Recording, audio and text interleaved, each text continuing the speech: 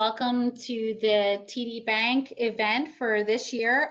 This year, our topic is thriving in times of change. So considering our theme for this whole year, we're really trying to focus on how to adapt various areas of your professional and personal life around the enormous change that we are all experiencing every day, especially with the wake of the COVID-19 pandemic.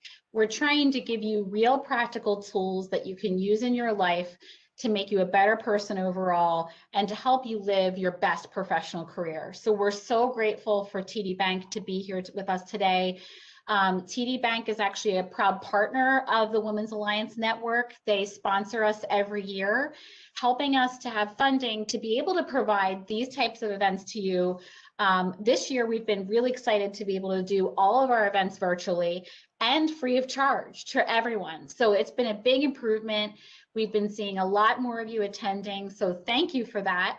And I just want to encourage you before we get started to continue to take a look at our calendar of events on our website. We have a few more events this year, which are going to be exciting and very fun. We're capping it off with a live networking event at the end of the year where you're going to get to hear from an amazing guest speaker and have an opportunity to do some real life virtual networking. So keep an eye out for that announcement as well.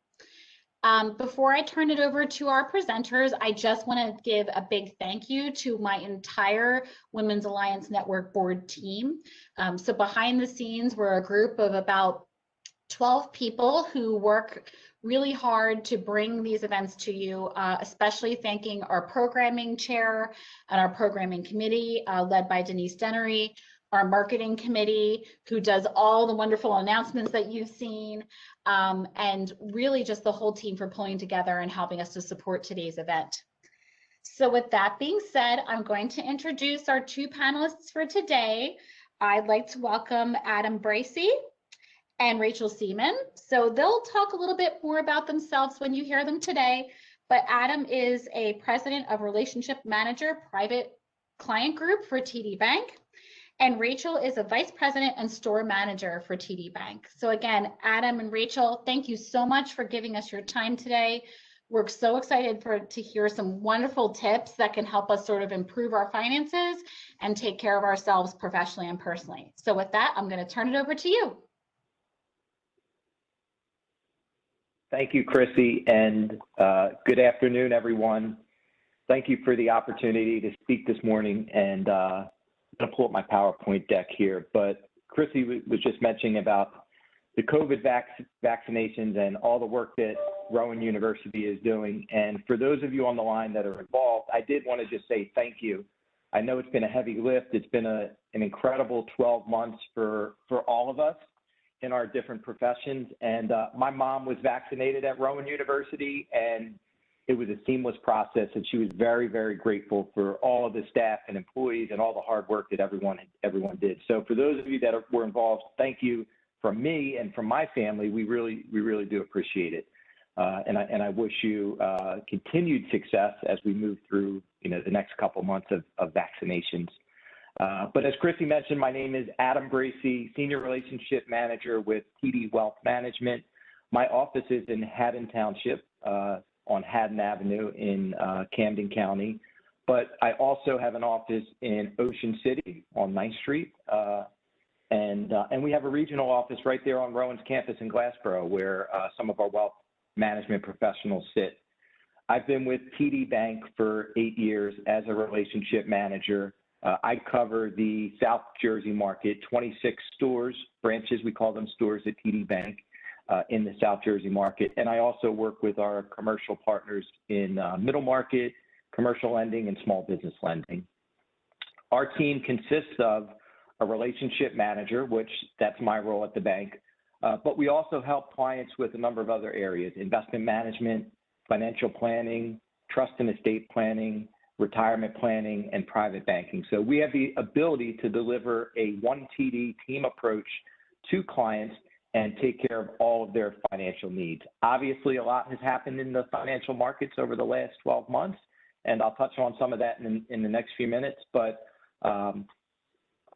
that's who I am, and that's what we do within the bank. Prior to joining TD, I was a relationship manager with within PNC Wealth Management in Morristown, and I started my career in banking as a store manager like Rachael in Center City, Philadelphia with Wachovia Bank, which is now Wells Fargo.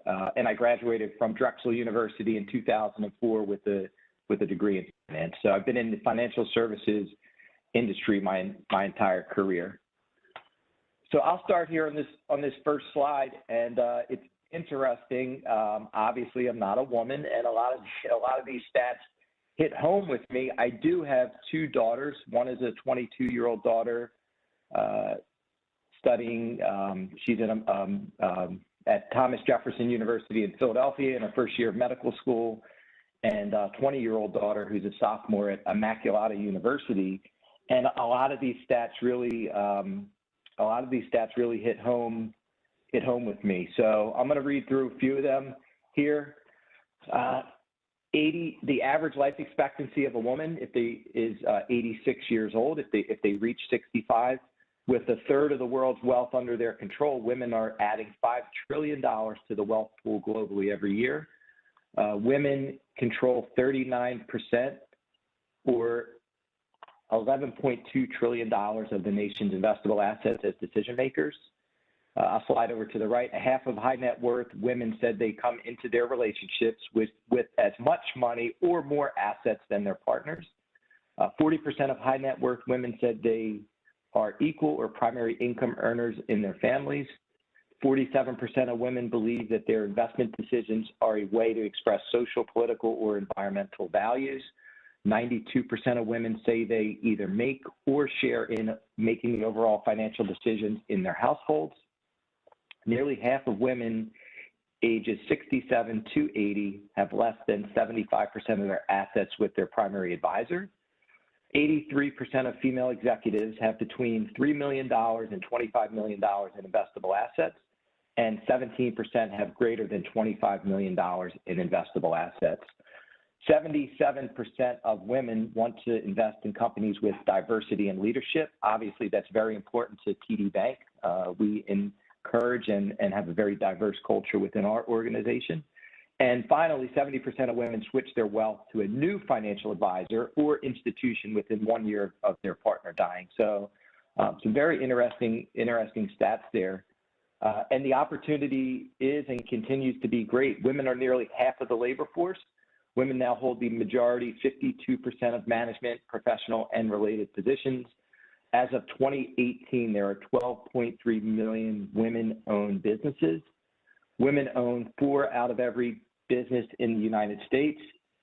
Since 2007, the number of women-owned businesses has increased by 58%, and women are slightly more likely to start a business than men, according to the SCORE report.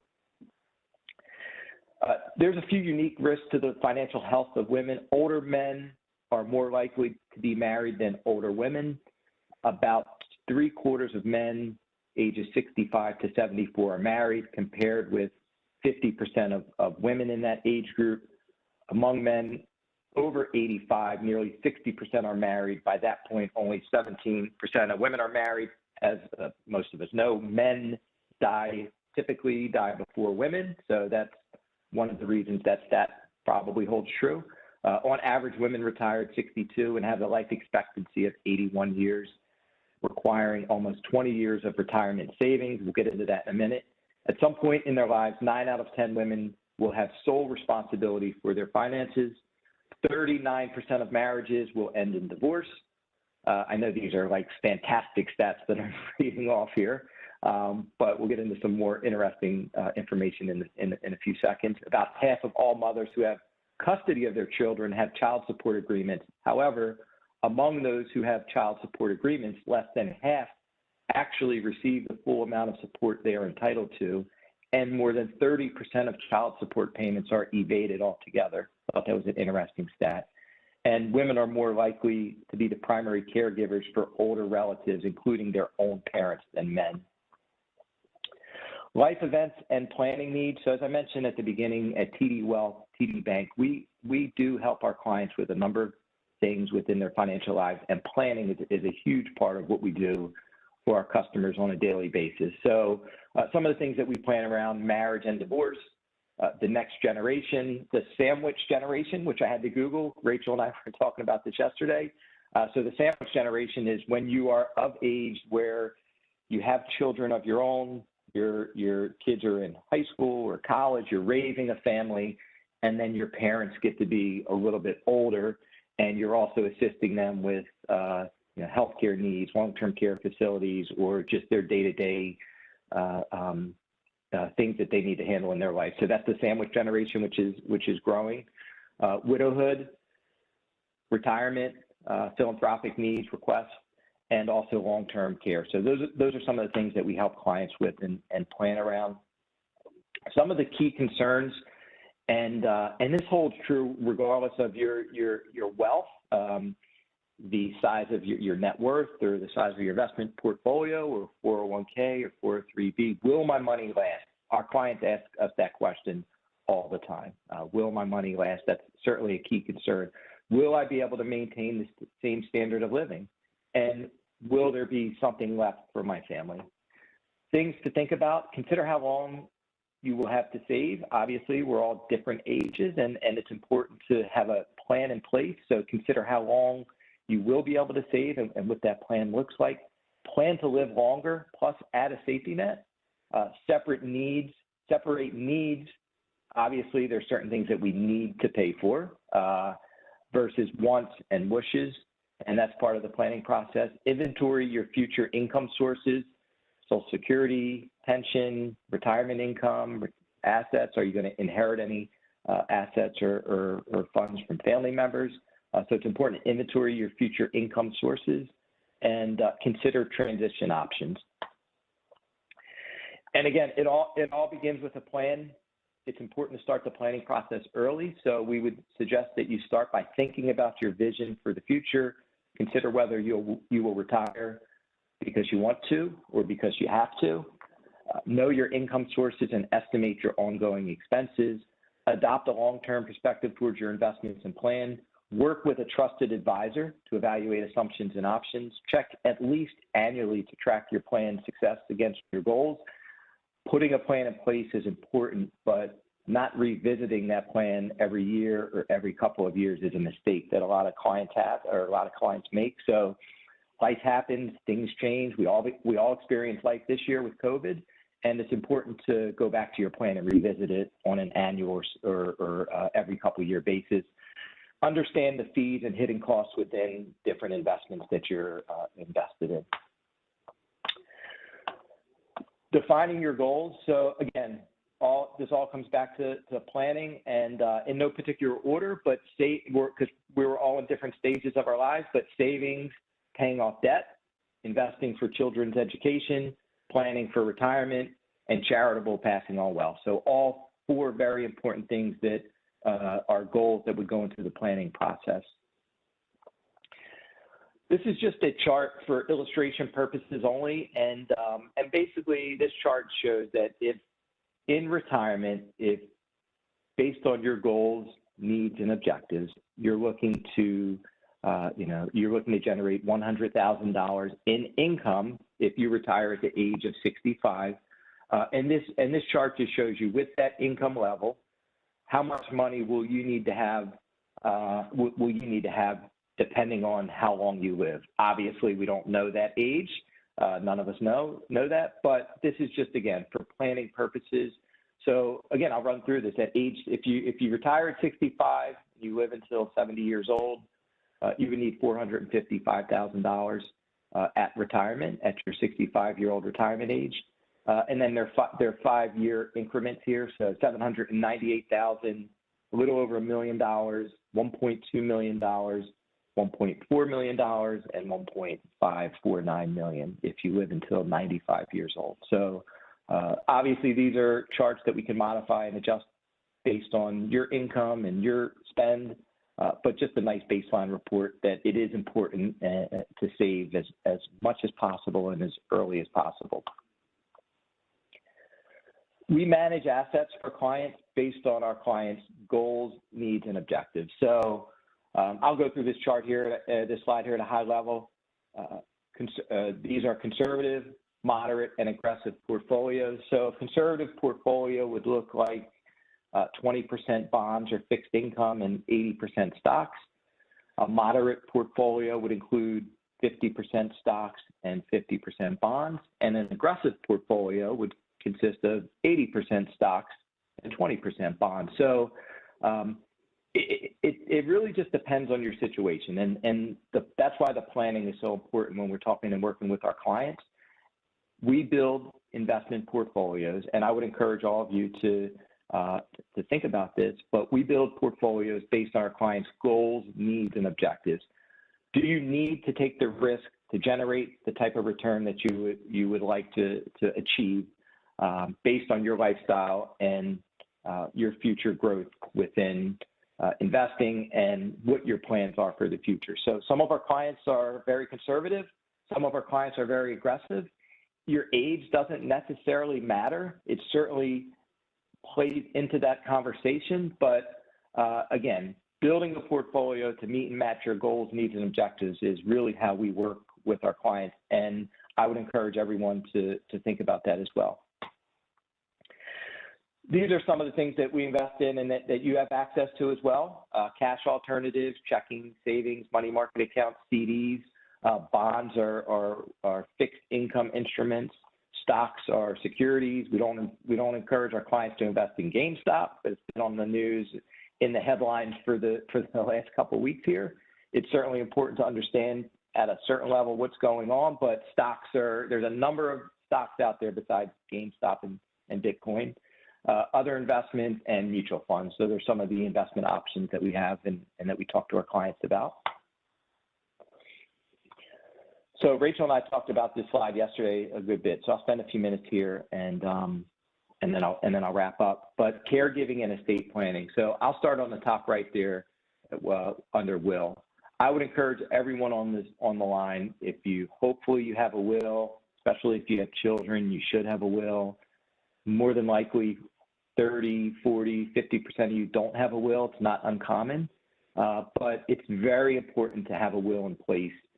That way, and I'll go from the bottom, state your wishes for guardianship of minor children. If you have children, it's very important to have a will because you want to make sure that, God forbid, something were to happen to you, that your kids are being taken care of by a guardian that you want to have in place. It's also important to appoint an executor in your will. And then distribute your assets based on your wishes. Power of attorney is also important, and a durable power of attorney for healthcare purposes. Again, God forbid something happens and you're incapacitated and you're unable to take care of your personal affairs. It's very important to have a POA listed should you need one. And a lot of times when you draft a will, as part of that process, the attorney would help you or assist you in putting a power of attorney in place. Executors, I just mentioned that. When we die, an executor or an executrix typically would handle our affairs, settle our estate. Some of you may have settled an estate for a family member or parent, but an executor or an executrix is the person that would handle that. And then inventory the assets and transferring the assets to the next generation. And that's through titling, whether your assets are titled just in your name or tenancy in common, joint tenancy, transferable on death. There's a number of ways in a trust. There's a number of ways that you could title assets for estate transfer purposes. Just a few things here. Choosing a trusted advisor. These are questions that you could ask. How are they regulated? How are they paid? What does reporting look like? How often do you receive reporting? How transparent are their fees? And again, most importantly, how am I doing against my plan? Can't stress that enough. And then finally, this is just a quote from Eleanor Roosevelt: "It takes as much energy to wish as it does to plan." So having a good, solid plan in place is important. It can always be adjusted. It can always be revisited, but it's very important to have a plan in place that you can utilize as you move through life in your family, your career, and eventually we all work to retire. So a plan will help you achieve that goal of retirement. So I'll stop there, and we're gonna take questions at the end. But at this point in time, I would like to turn it over to Rachel. Thank you, everyone.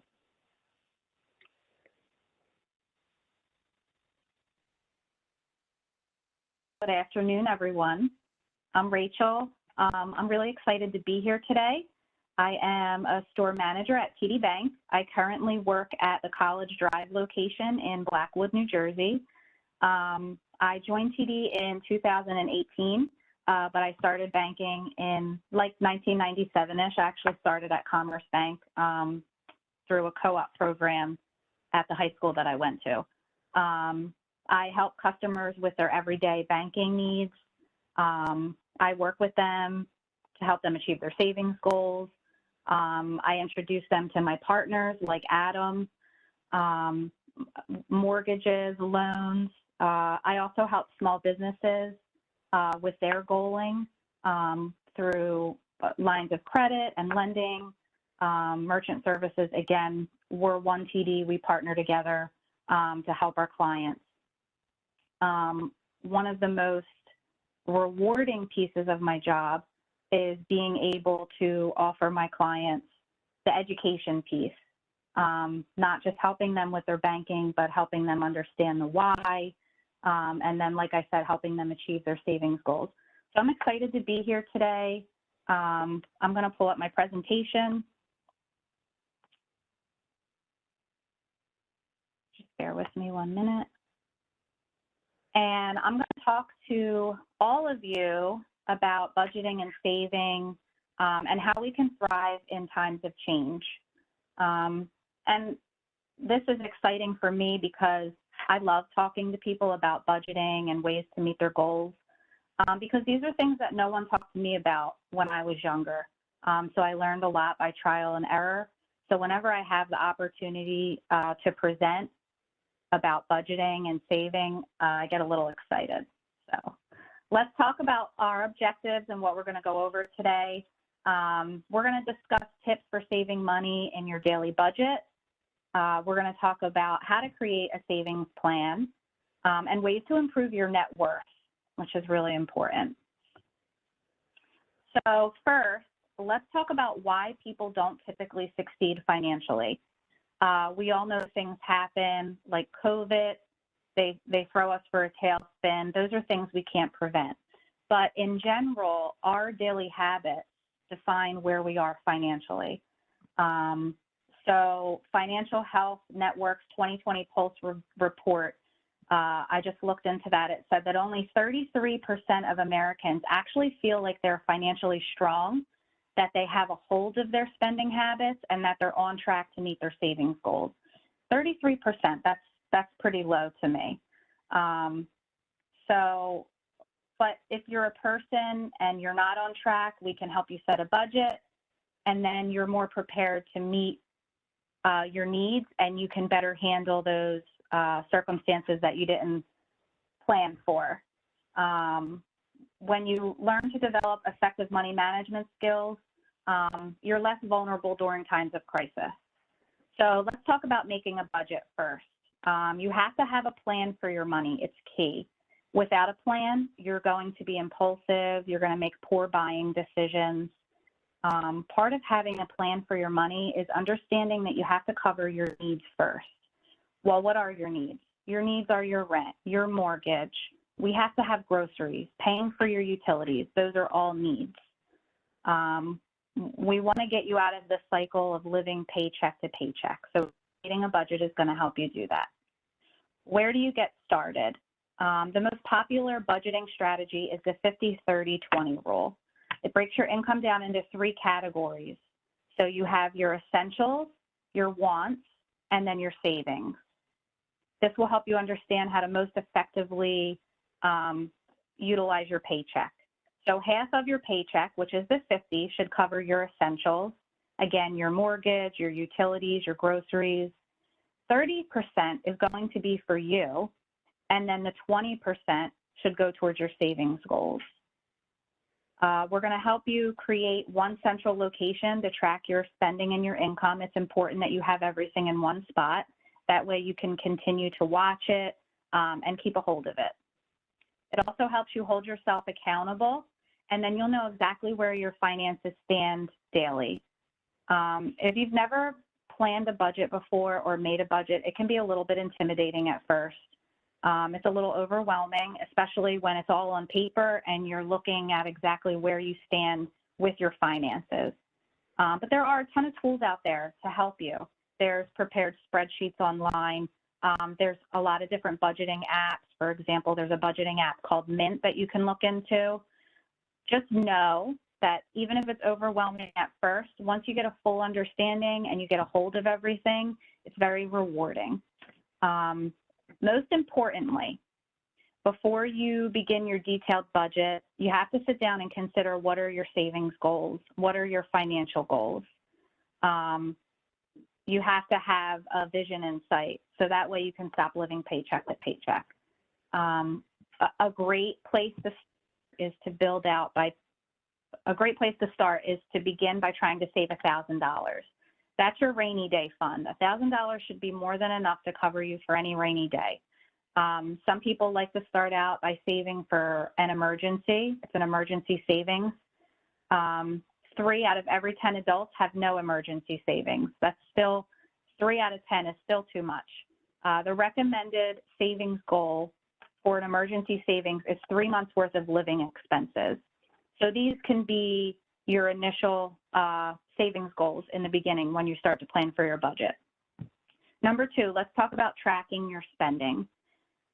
The majority of Americans, they say 65%, have no idea what they've spent their income on over the last month. That's pretty high. The best way to sit down and learn where you're spending your money is to pull your bank statements up, let's say for the last month, 1 month to 3 months. You can sit down and you can get an idea of how much you spend on coffee, what are you spending on groceries, and what are your hidden expenses.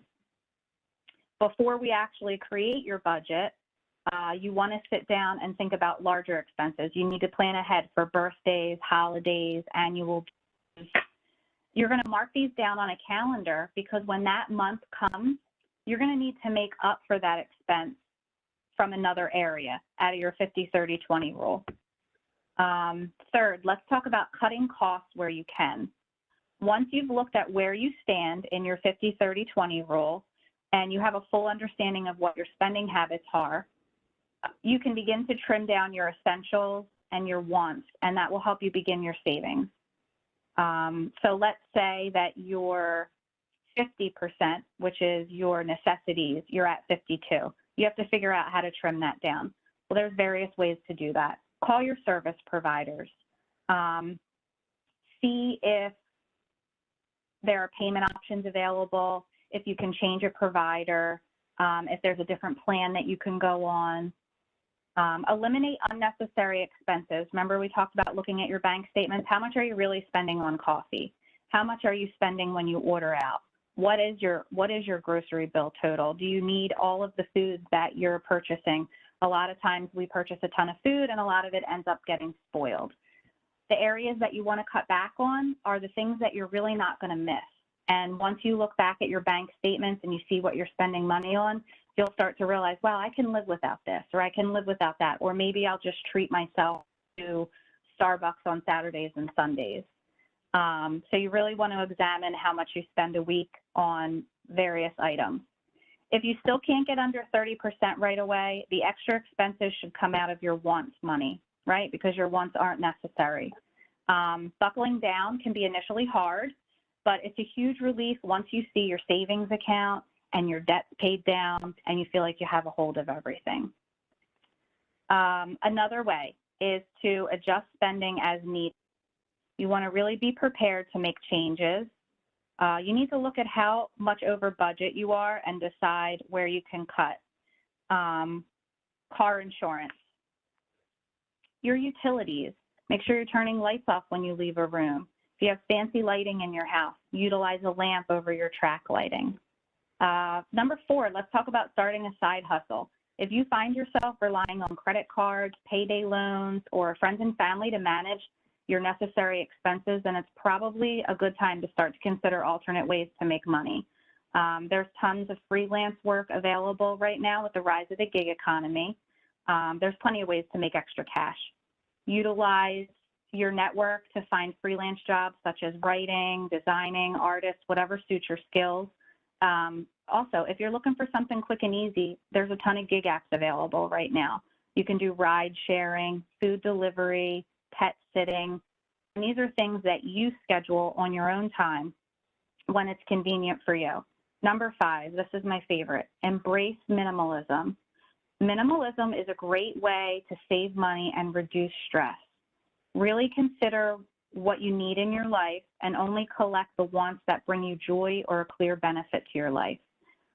It's a really great way to stop impulse buying. It's a great way to clean out your house and reduce clutter and unnecessary stress. Anything that you want to get rid of in your home, you can post on Marketplace or resell, or you can even donate for a tax deduction. Number 6, remember to stay motivated. This is not easy to start. Budgeting is definitely a lifestyle shift. Choose a friend or family member to help keep you on track. When you need a boost, check in on your goal. Look at that emergency savings fund that you're building. How close are you to your $1,000 or your 3-month savings mark? And remember that just putting a plan in place is a huge accomplishment in itself. Let's talk about saving for your goals. We've discussed ways to cut some expenses and ways to save on your daily budget. We all have goals in our lives. Typically, our goals require a large sum of money or a decent amount of money. The best way to get started is to first look at your goal and put some specifics around it so it becomes less of a wish and more of a destination. So when we talk about ways to set your savings goals, a great idea is to make sure that your goal that you have in mind meets the SMART criteria. I'm sure some of you are familiar with this, some of you may not. But number 1, when you talk about setting a goal for yourself, you want to ask yourself, is my goal specific enough? What do I need? What is it that I want to accomplish? So let's say I want to purchase my first home. That's my specific. Measurable, ask yourself, how much? What's my budget? Well, I want to purchase my first home. My budget is around $250,000, and I know I'm going to need a 10% down payment. A is action-oriented. What specific actions do I need to take to complete my goal? Are there programs I need to look into? Are there down payment assistance programs, first-time home buyer? I should probably look into, if I need additional money, closing costs. R, reachable.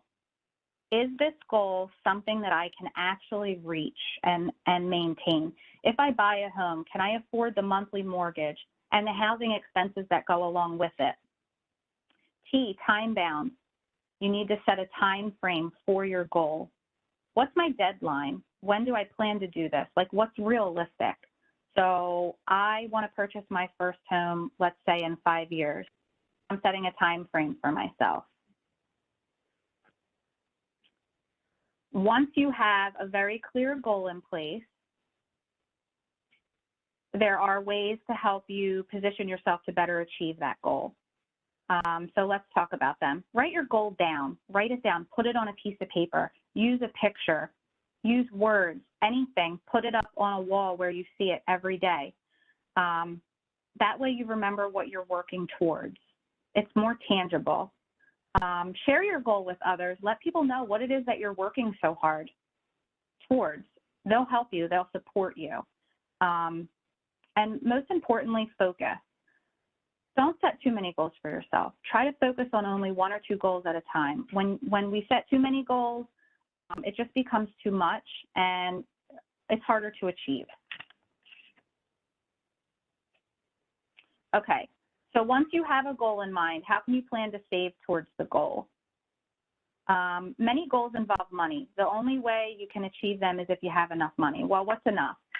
So let's talk about this. I'll go through this pretty quickly. Sometimes if you break it down on a lower level, it doesn't seem so difficult to achieve.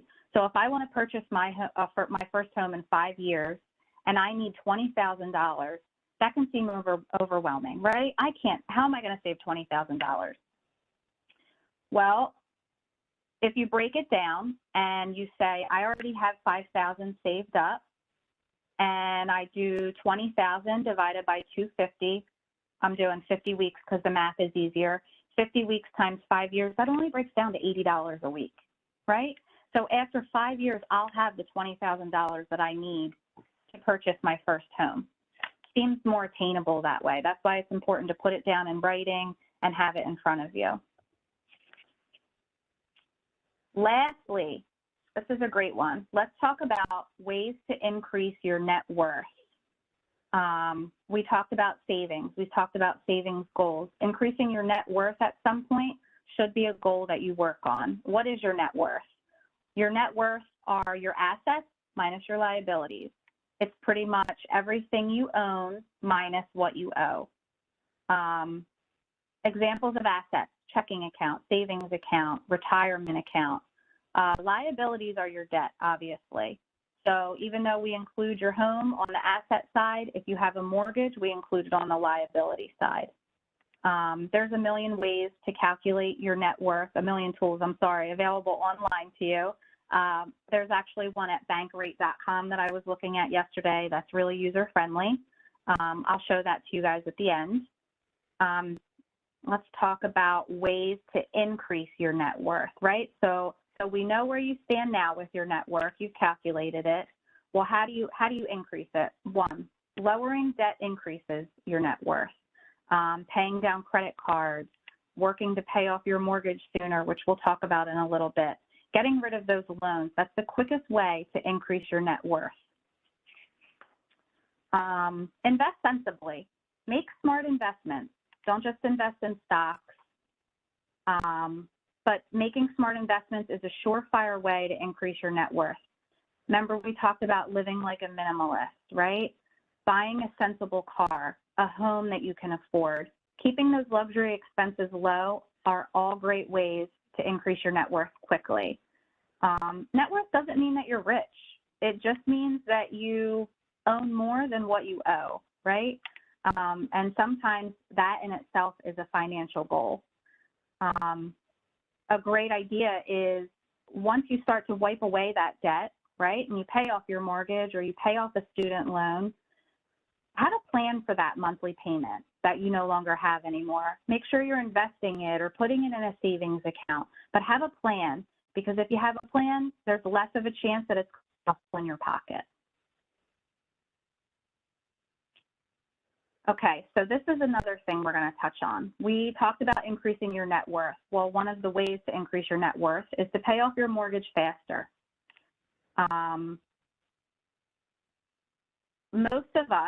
Most home buyers typically choose a 30-year mortgage. The payment's easier to qualify for, which means it's easier to manage in your monthly budget. There are ways to work towards paying off your 30-year mortgage earlier, again, increasing your net worth. So let's talk about the amortization of a mortgage. So when you first take out a mortgage on your home and you have your monthly payment, the majority of your payment goes towards the interest and a smaller amount goes towards the principal. As the years go on and your payments continue, more of your payment is applied to the principal and then less to the interest. The gradual shift from paying mostly interest to the principal is like the hallmark of the amortized mortgage. If you go online, there are amortization calculators. And the reason you want to check these calculators out is it breaks down exactly what I'm talking to you about. How much goes towards your principal, how much goes towards your interest. But the beauty of it is you can play with it a little bit. So you can say, well, what if I apply an extra $100 a month? Or if I receive 2 bonuses a year and they're around $500 each, if I put those towards my principal. It'll help you see how quickly you can pay off your mortgage and usually save on some interest. Before you consider paying off your mortgage sooner, one very important question that you do need to check into with your lender is, do they have prepayment penalties for making early payments or for paying off your loan early? So that's definitely something that you want to look into beforehand.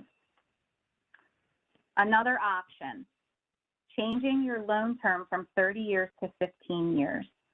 So typically, the longer the term on a mortgage, the higher the rate, but your monthly payment is lower.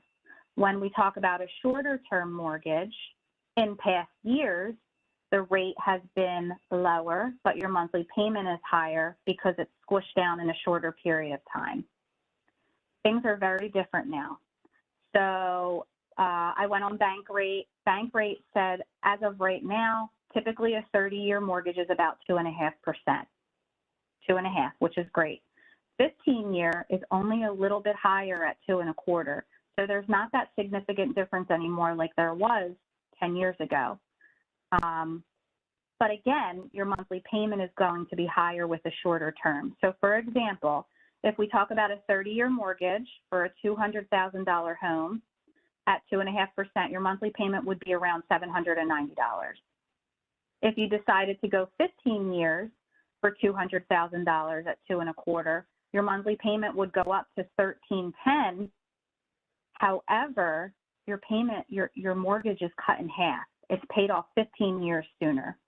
So the decision is going to be yours.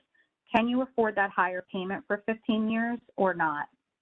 But it's a good option to look into. Another option to pay off your mortgage sooner, adding a set amount each month to your monthly payment. So let's say your monthly payment is $790.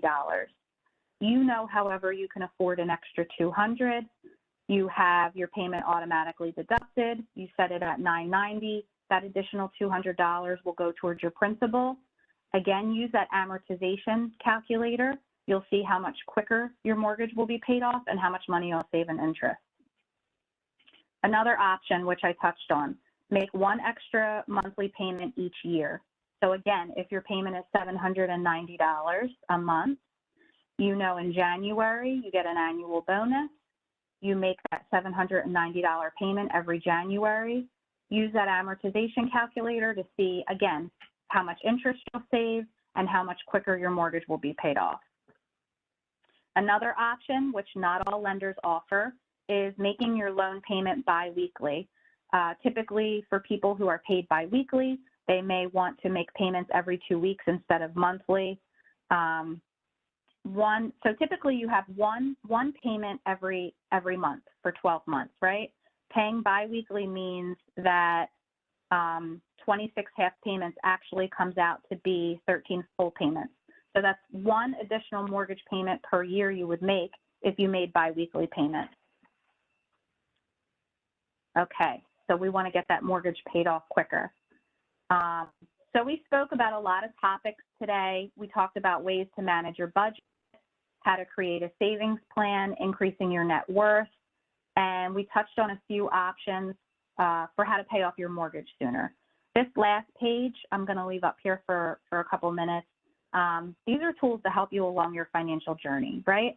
So on our website, we have Financial 101. There's a lot of courses in there that you can take, articles that you can read on how to budget. freeannualcreditreport.com, which I'm sure most people are familiar with. The budgeting worksheet. This will help you get started with your budget. Books and articles to read. This one is my favorite. I'm a huge Dave Ramsey fan. Financial Peace University and Beyond Paycheck to Paycheck by Michael Rubin. So just take a look at these links. Again, down at the bottom is an amortization calculator and then finding out your net worth like we talked about. So I hope you guys are ready to start your financial journey and create your budget. Thank you.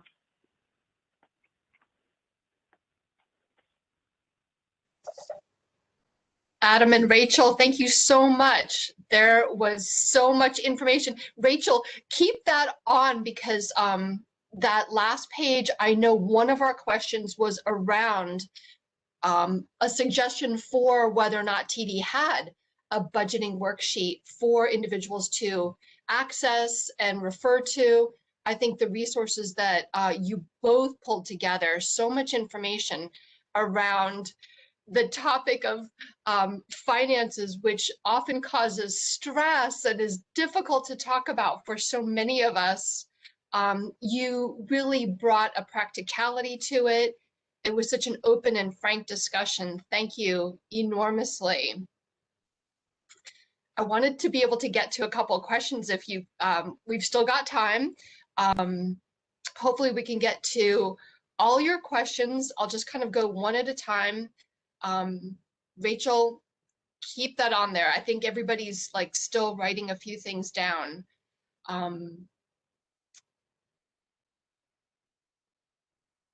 So one of the question was, does TD Bank have software that customers can use to figure out budgeting?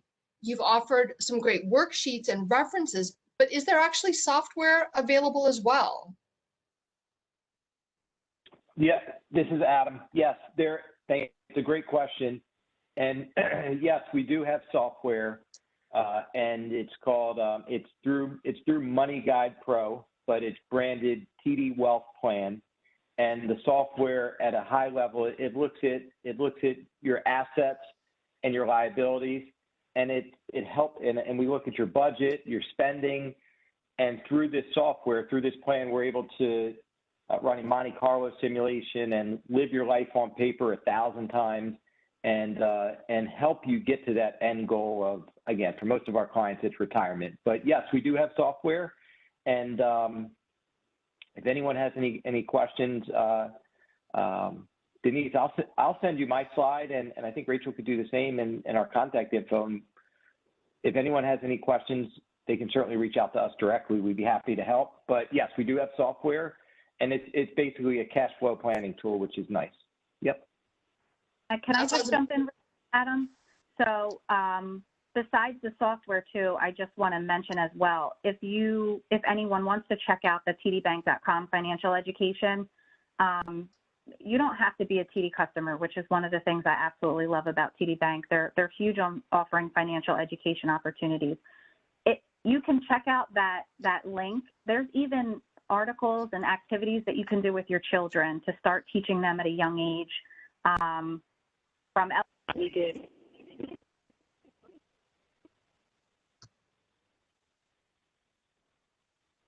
Rachel, check your audio. Can you repeat what you said? We lost you for a second.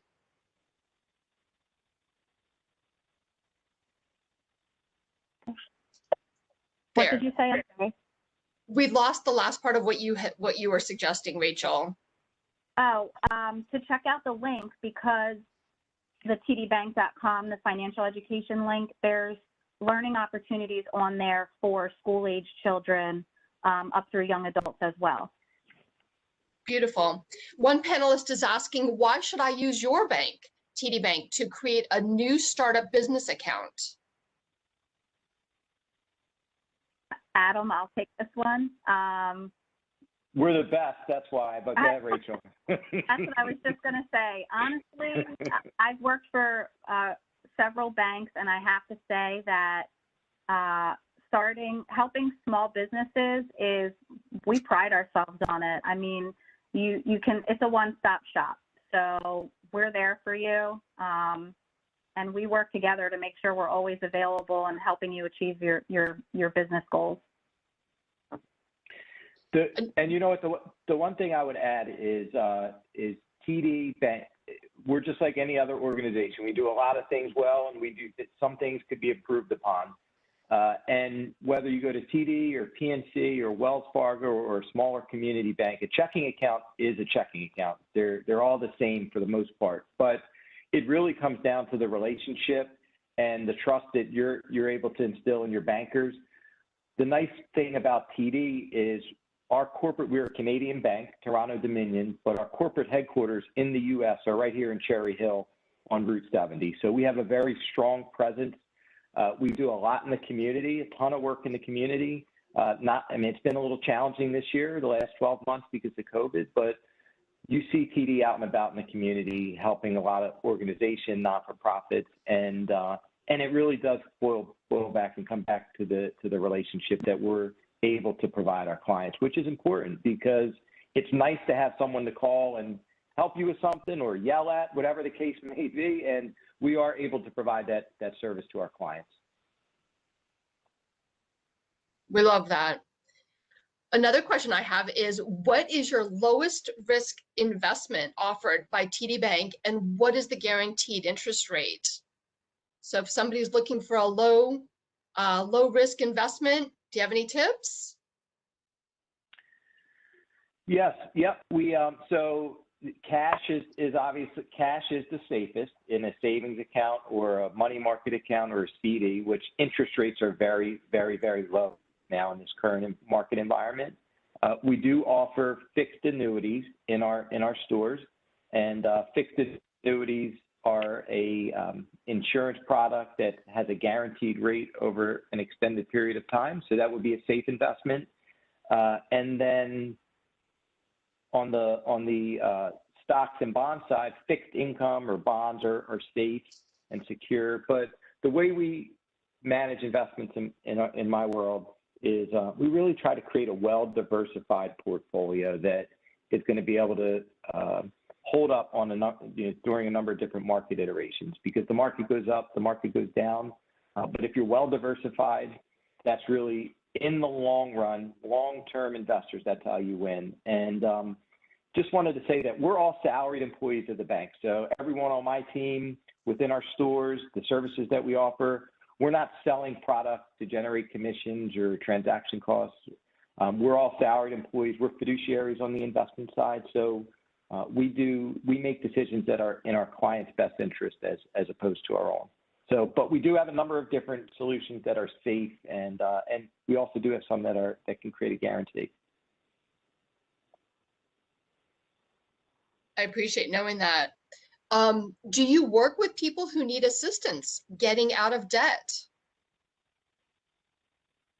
Yeah, so Adam, I'll jump in for a minute. Especially on the store side, clients come in.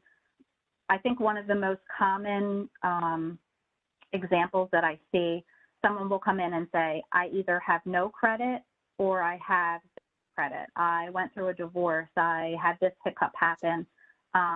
So we sit and talk to them about ways to build their credit. We offer them tools. They may start out with a secured credit card and go from there. And then it's nice to see them come back in and make that transition from a secured credit card to a regular credit card, how excited they are. It's a huge achievement. On the small business side, we may have someone come in and say, hey, I just started a business, or I have an existing business. I would like to take a loan out. Here's what my ultimate goal is. Maybe they don't qualify at first and we're not able to do the loan. We'll coach them and talk to them about why they didn't qualify. We will stay in touch with them. And then usually we follow up when they're ready, and then we get them what they need. Very personalized. That's amazing. Another question we have is, can you recommend an inexpensive service that can be used to create a straightforward will and POA? Yep, I would say. So, Adam, let me ask you. So I'm a novice, but what is a POA? Just so everybody's on the same page. Okay. Yep, no problem. It's POA is power of attorney. So Beautiful. If you need someone to help make decisions for you while you're alive, you could appoint someone as your power of attorney. And so it really just depends. I personally think going to an attorney is the best representative that can help you create a will or a trust or a POA, power of attorney.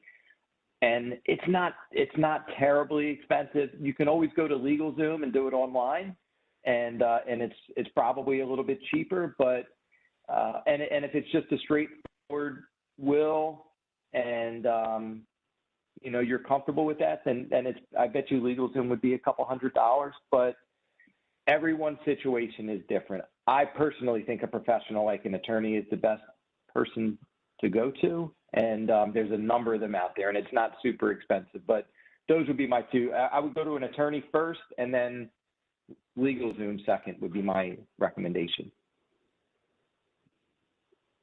Rachel, do you concur, or any other tips? I do, and just to add to it from the store side of it, I have so many customers who don't have a power of attorney in place or a will. And let's face it, none of us are invincible. And if there's one thing that this year has proven is anything can happen. So to see what happens when those things aren't in place and the difficulty it can cause for the surviving family or for the people that are around someone who's sick, so it's a great idea to be proactive and get those things in place ahead of time. Another question we had from one of our participants was, or attendees, was in reference to, I think, one of Adam's earlier slides. The question was, how do you account for taxes from your illustration? But this was asked so early on. Adam, I believe this was in reference to savings for retirement. When you had, if your expectation is to retire by a certain age, how much should you have saved up? $1 million. Let's see, what was it? At the age of 80, having $1 million. If you expect to live till 90, I think 1.5 million. But how do you account for taxes in those scenarios? And probably, did you have a standard retirement age when you indicated being able to have that much in, money built up to live off? Yes. Yep. No, it's a good question. The retirement age on that particular slide was 65, and when you pull money, so we don't provide tax advice, but I can share with you that when you pull money out of a retirement account, and for Rowan employees, I believe it would be a 403B. When you pull money out of or 401k, when you pull money out of an IRA or a retirement account, that's taxed as ordinary income. And when you pull money out of a regular investment account or a savings account or a checking account, you receive a 1099, and that would be taxed at long-term gain. So in those scenarios, the taxes were taken into consideration. Tax brackets will change and have changed, and more than likely will continue to change over time. So it's very difficult to project out, into the future too far ahead. But yes, taxes were taken into consideration, and that's why we encourage everyone you should always revisit your plan. You should have a plan first and foremost, and then two, it's important to revisit that plan over, I think every year is the best practice, in my opinion. Beautiful. For audience participants, we have recorded today's session. It will be available on Rowan University's Women's Alliance Network site, our website, as are our previous presentations. So we're happy to still provide those for you, should you want to listen to them again as kind of a lunchtime thing. But for both of you, Adam Bracy and Rachael Seaman, thank you so much for joining us today, and your being here really, I think, got us thinking in practical terms about a topic that often does cause a lot of stress and concern. So enormous thanks to both of you. You're welcome. Thank you. Thank you for having us. Our pleasure. Rachael, thank you again for your slides as well. I'll let you can close out your PowerPoint.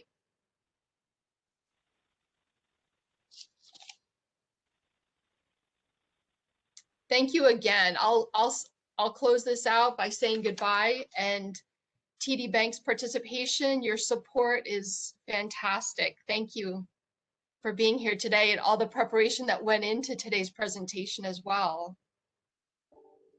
We look forward to capturing you again in the near future for another event, because this was really hugely beneficial, I know, for so many participants. So thank you. You're welcome. Thank you for having us, and have a great day, everyone. Have a great day and a great week.